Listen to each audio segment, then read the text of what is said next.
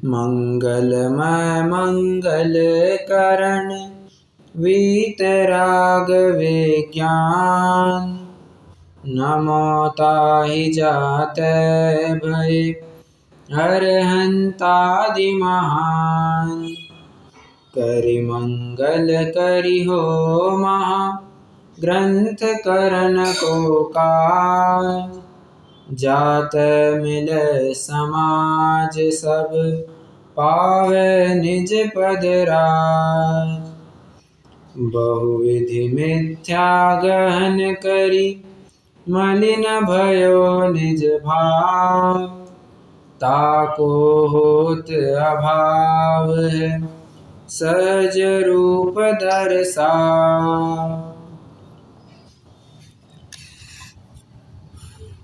अन्य मतियों के ग्रंथों में जो जैन मत का उल्लेख पाया जाता है, इसकी चर्चा अपन पूर्ण कर चुके हैं। अभी अपना प्रकरण श्वेतांबर मत का चलने वाला है। लगभग कितना एक चलेगा, ये लंबा चलेगा, एक 20-25 पेजेस, 20-24 पेजेस तक ये चर्चा चलने वाली है। लंबी चर्चा है, तो काफ़ी तसल्ली से हमें इसको देखना है और इससे कई सारी बातें, कई सारी भ्रांत कल्पनाएं ये यहाँ से क्लियर होती जाएगी। वैसे ये 5वें अधिकार का नाम क्या है, मैं आपसे जानना चाहता हूँ। 5वें अधिकार का नाम क्या है?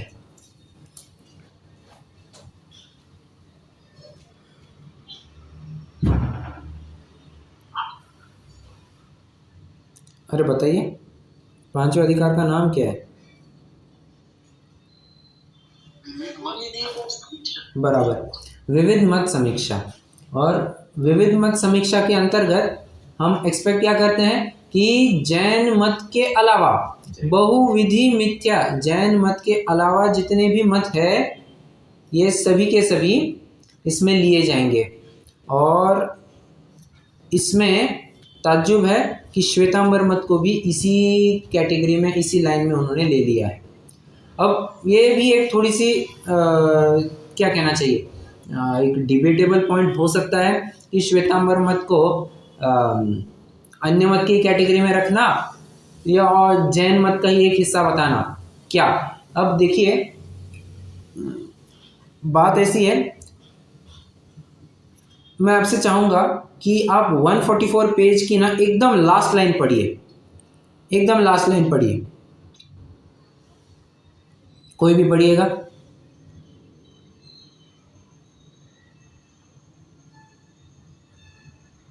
ये है कि इसलिए अन्य मतों की, हाँ, इसलिए अन्य मतों के श्रद्धानादि छोड़कर जिन मत के दृढ़ श्रद्धानादि करना।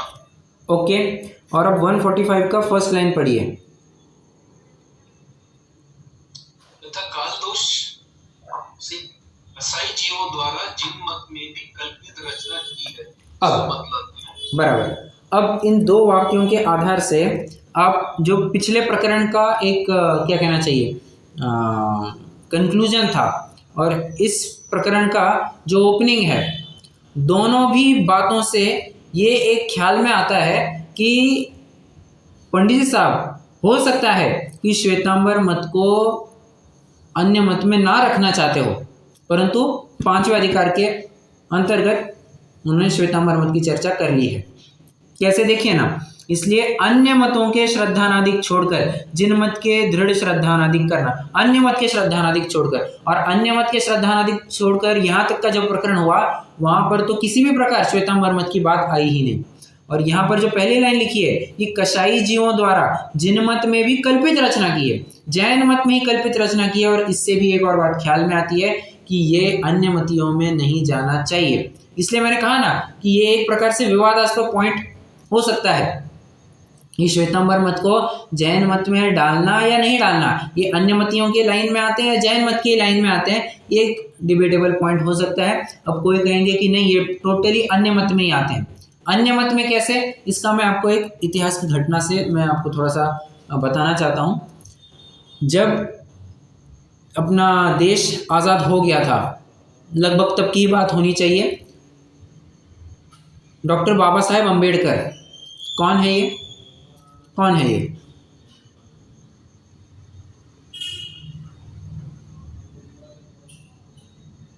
जय भीम वाले। बराबर बराबर। ये क्या लिखा था? क्या क्या? स्टेट नहीं कुछ वो आप कहना चाहिए कॉन्स्टिट्यूशन के। संविधान बनाया। हाँ राइट राइट राइट, सही समझा आपने। संविधान क्या? संविधान के निर्माता। यस, संविधान के निर्माता मतलब। तो और चेयरपर्सन थे वे, चेयरपर्सन थे जो कॉन्स्टिट्यूशन बनाया गया था, और उनका महत्वपूर्ण योगदान उसमें रहा है। अब ये ऐसे और बहुत बड़ी हस्ती थी। कहते हैं कि मतलब इतना स्ट्रगल रहा है इनके जीवन में, गजब लेवल का स्ट्रगल है। मतलब स्ट्रीट लाइट के उजाले में दूसरों से किताबें ले, खुद के पास तो पैसा नहीं, इतनी गरीबी कि खुद के पास किताब लेने के लिए पैसा नहीं, तो दूसरों से किताबें लेते थे, वो स्ट्रीट लाइट में रात में पढ़ते थे, और ऐसे कर करके एक साल ऐसा नहीं गया जहाँ पर उन्होंने एग्ज़ाम टॉप नहीं किया, एक साल ऐसा नहीं गया। और ऐसे 10 के 10 साल मतलब जितना भी उनका मैट्रिकुलेशन जितना करना था सब किया। फिर लॉ किया उन्होंने, यूके में जाकर के लॉ किया, और वहाँ पर भी कुछ कहते हैं बहुत टॉप रहे। और ऐसे फिर उन्होंने देश सेवा के लिए फिर यहाँ पर है। अब ये इन्होंने हरिजनों के उद्धार के लिए बहुत काम किया, बहुत काम किया। अब ये जितने भी जन थे हाँ जी, तो ये एक बार हरिजनों को लेकर के, अब हरिजन पहले इतने क्या कहना चाहिए, इतने निगलेक्टेड थे, उनके ऊपर इतने अत्याचार होते थे, इतने अत्याचार होते थे, उनको पानी को लेकर के उनके अत्याचार होते थे, उनको नमक आदि को लेकर के अत्याचार होते, इतनी एट्रोसिटीज़ की पूछो मत। मतलब एक तरह से अछूत और क्या कहना चाहिए, मतलब निकृष्ट, नीच, ऐसी जाति उनको मानी जाती थी। अब इनके उद्धार के लिए फिर उन्होंने बहुत काम किया। अब इनको समाज में तो कोई स्टेटस था ही नहीं, क्योंकि ये जितने भी हरिजन आदि रहते थे ये गांव के बाहर ही प्राय रहा करते थे, गांव के बाहर ही रहते थे, अंदर तो उनको प्रवेश नहीं था। अब इनको भी समाज में कुछ स्टेटस मिले, ये भी समाज में बराबरी से उठे बैठे, इसके लिए फिर ये बाबा साहेब अम्बेडकर अपने समस्त हरिजन और उनके साथियों को लेकर के पहुँचे। कोई जानता है किन के पास पहुँचे? ये शायद मैंने पहले बताया, बट इस प्रसंग में फिर से बताना ज़रूरी है। किन के पास पहुँचे होंगे? अपना धर्म परिवर्तन करने के लिए या प्रवेश, क्या? गांधी जी के? नहीं, गांधी जी नहीं बाबा, नहीं विद्यानंदी नहीं, नहीं विद्यानंदी नहीं, आचार्य है बट विद्यानंदी नहीं है। ये अपने शांति सागर महाराज के पास पहुँचे, और शांति सागर महाराज माना जाता है कि लगभग 300-400 साल तक जो मुनि परंपरा खंडित हो चुकी थी, उस मुनि परंपरा को फिर से उन्होंने चालू किया, ऐसे ही शांति सागर महाराज। ठीक है, तो उनके पास पहुँचे और बाबा साहेब अम्बेडकर ने प्रस्ताव रखा। मैं ये क्यों बता रहा हूँ, ये आपको मुझे बाद में बताना है, ठीक है? मैं आपको घटना क्यों सुना रहा हूँ इसके लिए। उन्होंने शांति सागर महाराज के सामने प्रस्ताव रखा कि हम हमारे समस्त अनुयायियों के साथ जैन धर्म में प्रवेश करना चाहते हैं। आप कभी भी शांति सागर महाराज ने फिर पहले रिजेक्ट कर दिया, उन्होंने कहा नहीं, ये नहीं हो सकता। बाबा साहेब अम्बेडकर ने थोड़ा सा परसुएड किया, उन्होंने थोड़ी सी और कोशिश की, उन्होंने कहा आप हमारे मूल गुणों को तो देखिए, आप हमारे एक हरिजन के आप जीवन को परखिए, इनके मूल गुण आपके श्रावकों को बराबर टक्कर देंगे, हो सकता है उनसे भी बेहतर कर जाए। और इनके आप आचरण को देख करके, मैं कुछ नहीं कह रहा हूँ, आप इनके आचरण को देखिए और आप हमें सहर्ष अनुमति दे सकते हैं, आप हमें जैन मत में ले लीजिए। उन्होंने कहा नहीं, और इस तरह की बात आगे बढ़ गई। उन्होंने सीधा सीएम को चिट्ठी लिखी, सीएम को या किसी वहाँ के गवर्नर को चिट्ठी लिखी, फास्ट अनटू डेथ। मतलब क्या? कुपोषण चालू कर दिया उन्होंने, मतलब अनशन पर चले गए और कहा जब तक अगर ये जैन धर्म में आएंगे तो मैं आहार जल का त्याग कर दूंगा। और उनकी पॉलिटिकल होल्ड भी बहुत थी शांति सागर महाराज की। तो फिर अच्छा, बात बीच में ऐसी हुई थी, उन्होंने कहा कि आप श्वेतांबर मत में क्यों नहीं चले जाते। शांति सागर महाराज ने पूछा, आप श्वेतांबर मत में क्यों नहीं चले जाते, दिगंबरों में क्यों आना है। बाबा साहब अम्बेडकर का उत्तर था, श्वेतांबर कोई जैन थोड़ी ना है। ठीक है, फिर भी इस उत्तर से वे राजी नहीं हुए और बाद में फिर बाबा साहेब अम्बेडकर उनके साथियों के साथ बौद्ध मत में परिवर्तित हो गए थे। ये इतनी घटना मैंने क्यों सुनाई?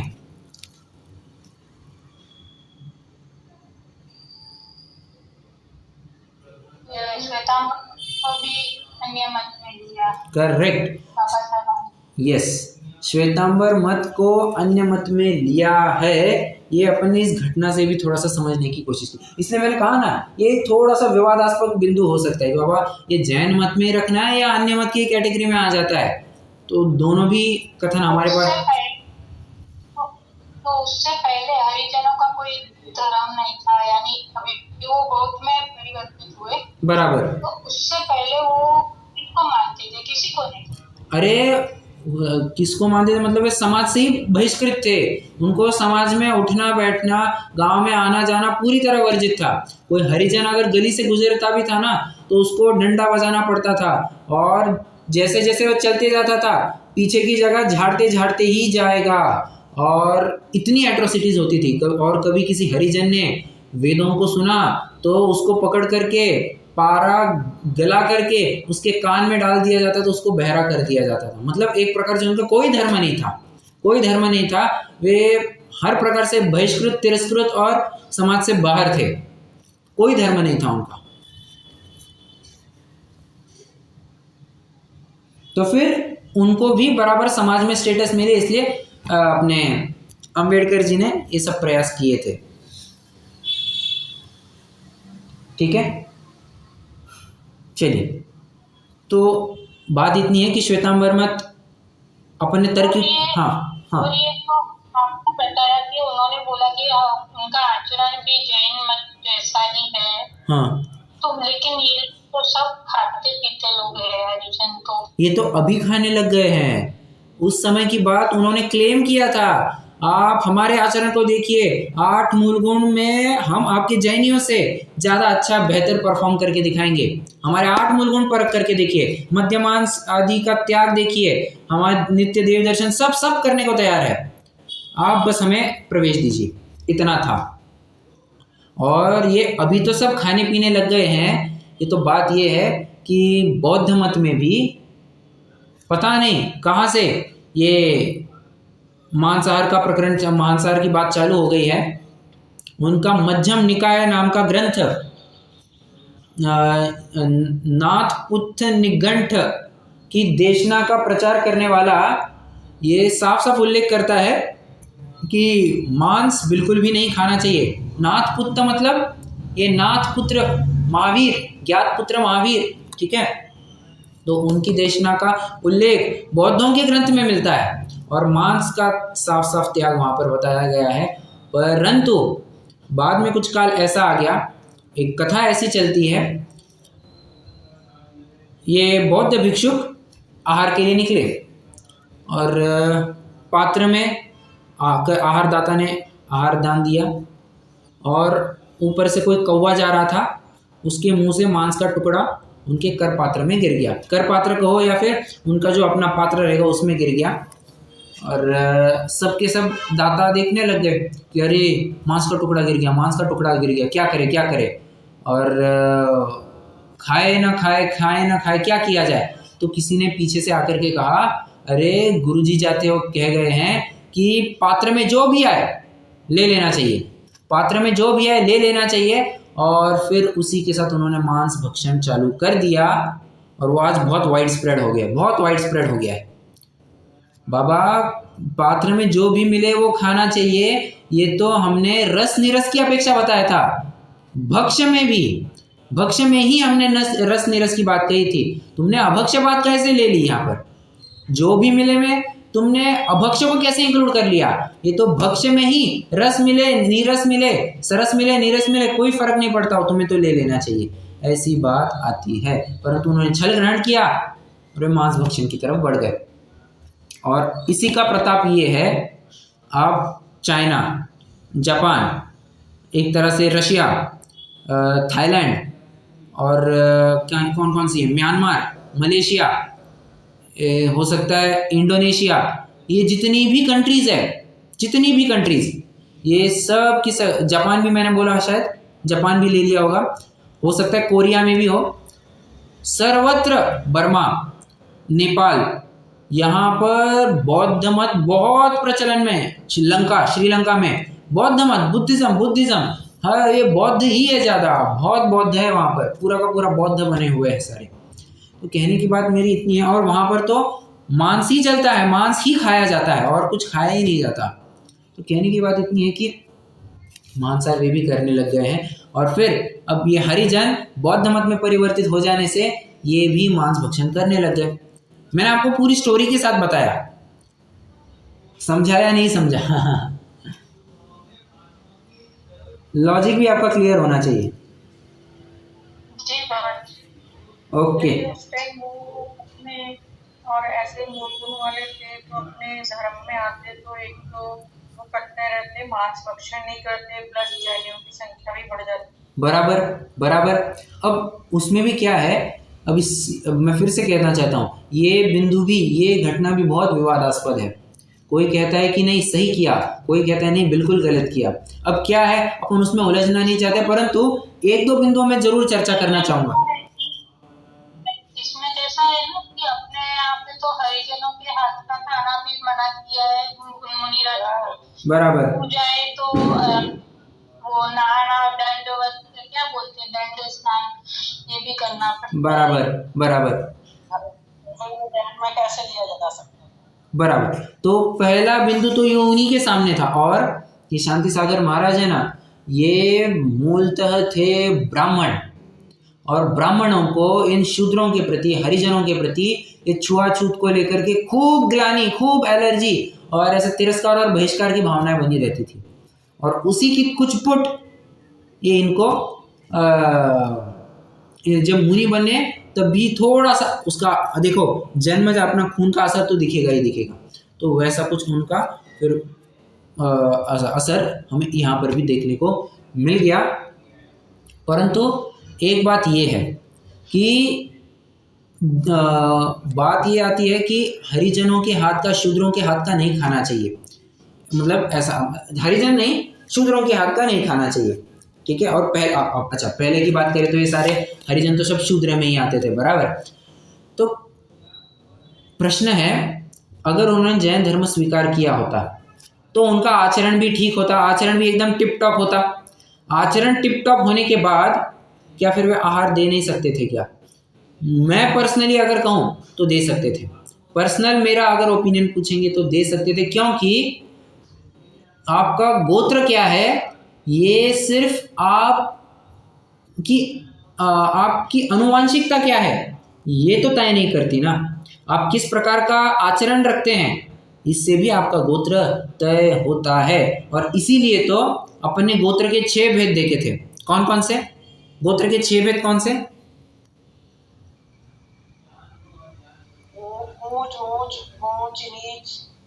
बराबर, सही समझा, बहुत बढ़िया बहुत बढ़िया।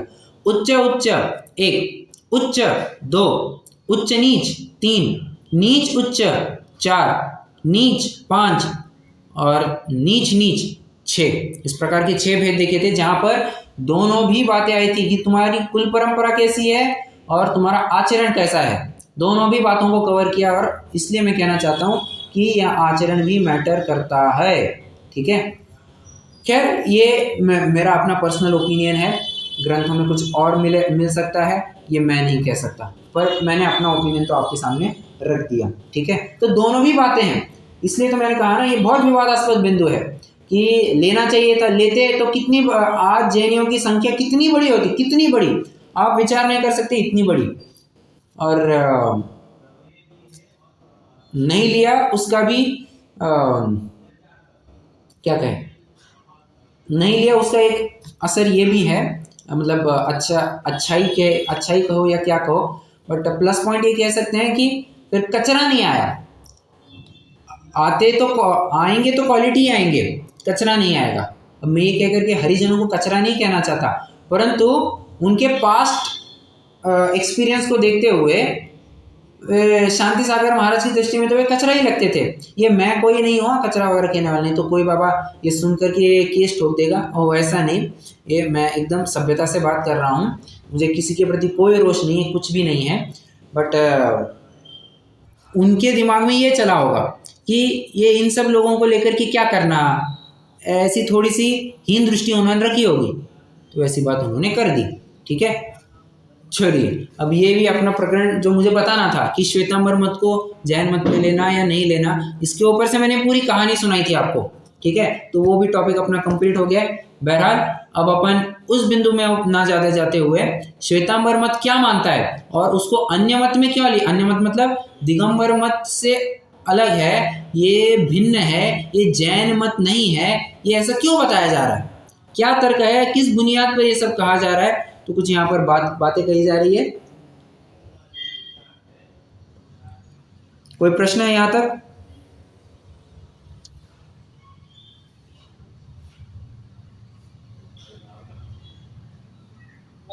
नहीं। अब देखो श्वेतांबर मत वाले क्या मानते हैं कि ये जितने भी ग्रंथ बने हैं ये सब गणधर कृत है, ये जितने भी ग्रंथ है ये गणधर कृत है, गणधर ने उनको बनाया है। तो प्रश्न ये पूछा गया, अच्छा तुम बताओ, गणधर ने बनाया है और गणधर ने ये आचारांगादिक बनाए हैं, सो तुम्हारे वर्तमान में पाए जाते हैं, इतने प्रमाण सहित बनाए थे या बहुत प्रमाण सहित बनाए थे? समझ में आ रही है बात? द्वादशांग के नाम में से एक आध दूसरे नाम बताना जरा, जो 12 अंग है उसमें से एक आध नाम बताना।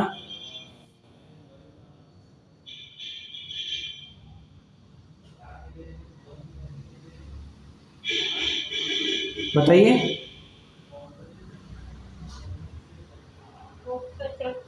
बराबर, सूत्र कृतांग एक है,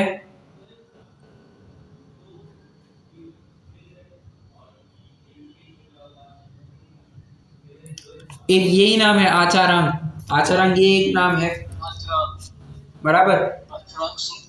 यस, एक दृष्टिवादांग, एक सूत्र कृतांग तो हो ही गया, एक उपासक अध्ययनांग, ऐसा कुछ है ना, उपासक अध्ययनांग।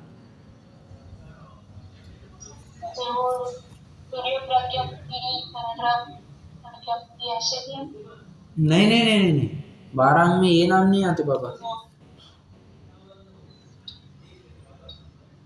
खैर, पर मुझे जो कहना था आपको समझ में आ गया होगा। तो ये 12 अंगों के नाम है। अब श्वेतांबरों के ग्रंथ भी आपको इन्हीं के नाम से मिलेंगे और वे मानते हैं कि ये आचारांग, ये सूत्रकृतांग, ये स्थानांग, स्थानांग एक है, और ये जितने भी हैं ये एग्जिस्ट करते हैं, और ग्रंथों के नाम भी उन्होंने ऐसे दिए, आचारांग, सूत्रकृतांग वगैरह। पंडित जी साहब ने एकदम राइट क्वेश्चन पूछा है। वे कहते हैं कि इतने प्रमाण सहित बनाए या बहुत प्रमाण सहित बनाए थे। इतने प्रमाण सहित मतलब जितना दृष्टिवादांग जितने श्लोक प्रमाण है, अगर तुम उतना बनाने बैठोगे तो तुम्हारे ग्रंथ तो इतने छोटे लग रहे हैं, तुम कैसे कहते हो कि ये इतने ही संभव है? नहीं बात बैठती। और बहुत प्रमाण सहित बनाए, बहुत प्रमाण सहित बनाए मतलब तुमने तो जितना द्वादशांग है उससे भी ज़्यादा बना दिया, और द्वादशांग से ज़्यादा कभी कुछ हो सकता है क्या? बताइए, द्वादशांग के बाहर कुछ हो सकता है क्या? नहीं। और यदि तुम कहोगे कि बहुत प्रमाण से मतलब ज़्यादा बनाए, तो द्वादशांग के बाहर चले जाएगा, तो तुमने द्वादशांग के अनुसार तो कुछ बनाया ही नहीं। समझ में आ रहा है? आइए एक पैराग्राफ अपन इतना पढ़ लेते हैं। श्वेतांबर मत वाले किसी ने सूत्र बनाए, उन्हें गणधर के बनाए कहते हैं। कहते हैं किसी एक व्यक्ति ने बनाए, परंतु कहते हैं कि नहीं ये गणधर के ग्रंथ हैं। सो उनसे पूछते हैं, गणधर ने आचारांगादिक बनाए हैं, सो तुम्हारे वर्तमान में पाए जाते हैं, इतने प्रमाण सहित बनाए थे या बहुत प्रमाण सहित बनाए थे? बराबर आ रहा है ख्याल में? इतने प्रमाण सहित मतलब जितना उनका बताया उतने ही बनाए थे या उनसे ज़्यादा बनाए थे? यदि इतने प्रमाण सहित ही बनाए थे तो तुम्हारे शास्त्रों में आचारांगादिक के पदों का प्रमाण 18,000 आदि का है। सो उनकी विधि मिला दो। तुम कैलकुलेशन करके दिखा दो बाबा, ये कैसे 18,000 कहते हो, सो तो बात बैठती है नहीं। ठीक है, ये एक पॉइंट हो गया। अब दूसरा पॉइंट, अब पद का प्रमाण क्या, काउंटिंग करनी है ना तुमको, अक्षर क्या, पद क्या, कितने, काउंटिंग कैसे करेंगे, या पद का प्रमाण क्या। तो यदि तुम विभक्ति के अंत को पद कहोगे तो एक एक एक एक एक एक ऐसे जोड़ते जाएंगे। विभक्ति के अंत को अगर आप एक पद कहेंगे तो जोड़ते जाएंगे तो ये कितना बड़ा हो जाएगा, बराबर। और तुम्हारे स्थानांक सूत्र वगैरह ये तो बहुत छोटे हैं, इसको एक्सीड कर जाएगा, सो बात बैठती है नहीं। और यदि प्रमाण पद कहोगे तो उस एक पद के साधिक किंचित अधिक 51 करोड़ श्लोक है, 51 करोड़ श्लोक उसके बनते हैं। फिर से वही बात, सो यह तो बहुत छोटे शास्त्र है, इसलिए बनता नहीं है। ये जो तुम्हारे शास्त्र है ये तो बहुत छोटे हैं, तथा इस आचारांगाधिक से 10 वैकालाधिक का प्रमाण कम कहा है और तुम्हारे अधिक है, सो किस प्रकार बनता है। अब आपको ना मैं चार्ट बनवाने लगाता हूँ, लिखिए श्वेतांबर के ग्रंथ, श्वेतांबर मत के ग्रंथ, ये चार्ट बनाना है आपको। हेडिंग लिखिए श्वेतांबर मत के ग्रंथ।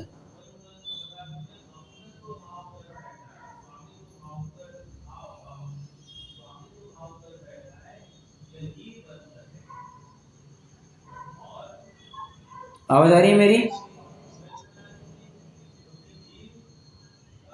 हाँ जी। ओके, अब उसमें काम कीजिए, उसमें ABC ऐसे ब्रांचेस बनाइए।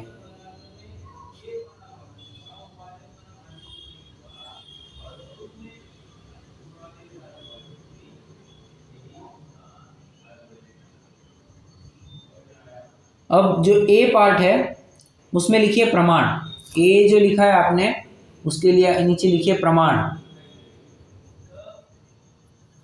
प्रमाण लिखिए।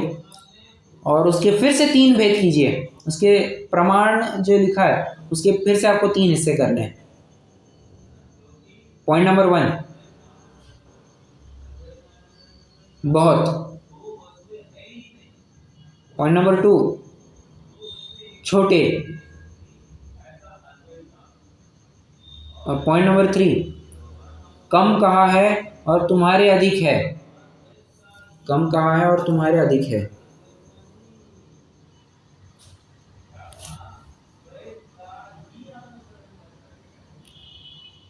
हो गया यहाँ तक?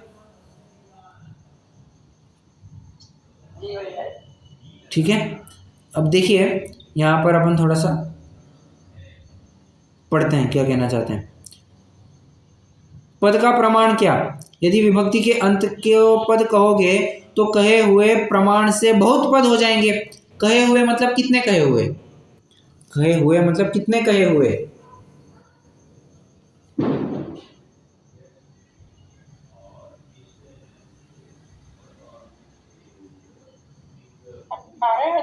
यस करेक्ट, बहुत बढ़िया। 18, ये ऊपर की लाइन में दिया है 18,000 आदि का है, तो कहे हुए मतलब 18,000 लेना यहाँ पर। तो जो तुम एक एक काउंट करते जाओगे तो ये 18,000 तो कब का क्रॉस कर जाएगा बाबा। ठीक है, तो प्रमाण से बहुत पद हो जाएंगे, बहुत मतलब या तो ज्यादा हो गया या तो कम हो गया, या तो तुम्हारा कंपैरिजन ही ठीक नहीं है। ये 3 पॉइंट। और यदि प्रमाण पद कहोगे तो उस एक पद के साधिक 51 करोड़ श्लोक है, साधिक 51 करोड़ श्लोक, 1 लाख नहीं, 2 लाख नहीं, लाख तो बहुत दूर की बात है, इतने करोड़ श्लोक है। सो यह तो बहुत छोटे शास्त्र है। कैसे, ये आप अगर देखेंगे ना उनके आचारांग वगैरह, ये तो अपनी जिनेंद्र अर्चना की जितनी किताब है ना, पूजन की किताब, बस उतनी रहेगी, बस इतनी सी, विचार कीजिए। सो यह तो बहुत छोटे शास्त्र है, इसलिए बनता नहीं है। तथा आचारांगाधिक से 10 वैकालाधिक का प्रमाण कम कहा और तुम्हारे अधिक है, सो किस प्रकार बनता है, नहीं बनता, बिल्कुल भी नहीं बनता। और जो तीसरा पॉइंट लिखना है ना आपको, कंपैरिजन, ऐसा भी लिख सकते हैं। तीसरा पॉइंट मतलब कंपैरिजन की बात चल रही है।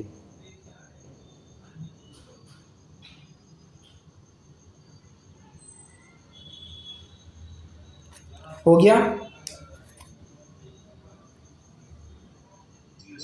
ओके। तीसरा पॉइंट मतलब जो कम कहा है और तुम्हारे अधिक है वो। यस यस, बराबर।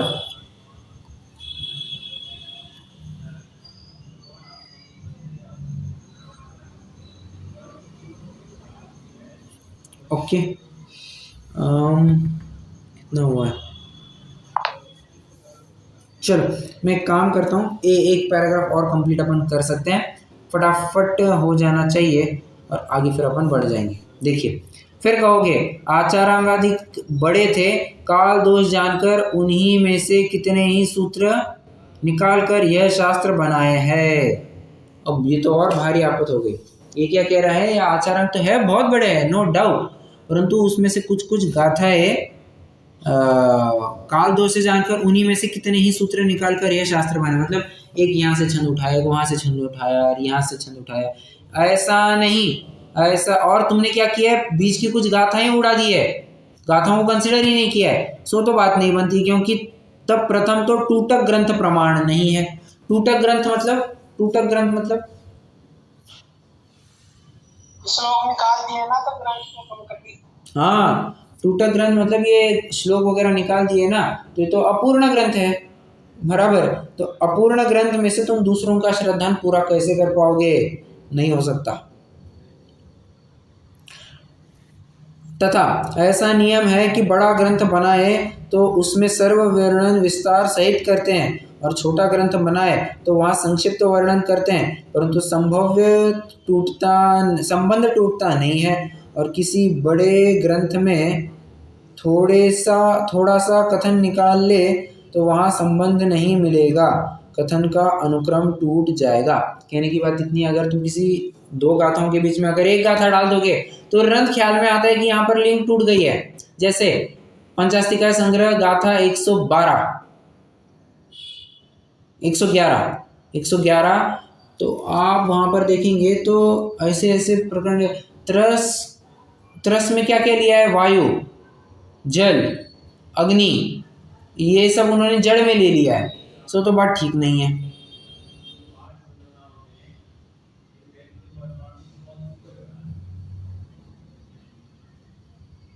एक मिनट, कहाँ गया मेरा? हाँ, सो उनको त्रस कहा है, ये बात बैठती नहीं। ये पूरी की पूरी श्वेतांबर मत की टोनिंग है। अब समझ में आ रहा है आपको? तो बीच में कोई गाथा क्षेपक होगी तो आगे पीछे की गाथाओं को पढ़ करके ये ख्याल में आ जाता है कि ये क्षेपक गाथा है। और ये तो सर्वसम्मति से तय है कि ये तो 111वीं गाथा, ये तो क्या कहना चाहिए, यही है, क्षेपक गाथा ही है, ये आपको समझना पड़ेगा। ठीक है, चलिए, हो गया, डन।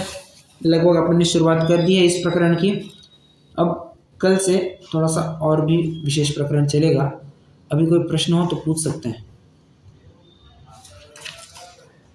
यदि अपने इसमें ए बी सी 3 बनवाए तो बी सी में क्या लिखें? हाँ, बताता हूँ, ये अपन कल करेंगे। बट ए का तो कंप्लीट हो गया ना, 1 2 3, बड़ा छोटा और कंपैरिजन, ये 3 थे। अब और बताऊंगा मैं आपको, ठीक है? चलिए, कोई प्रश्न है किसी को? और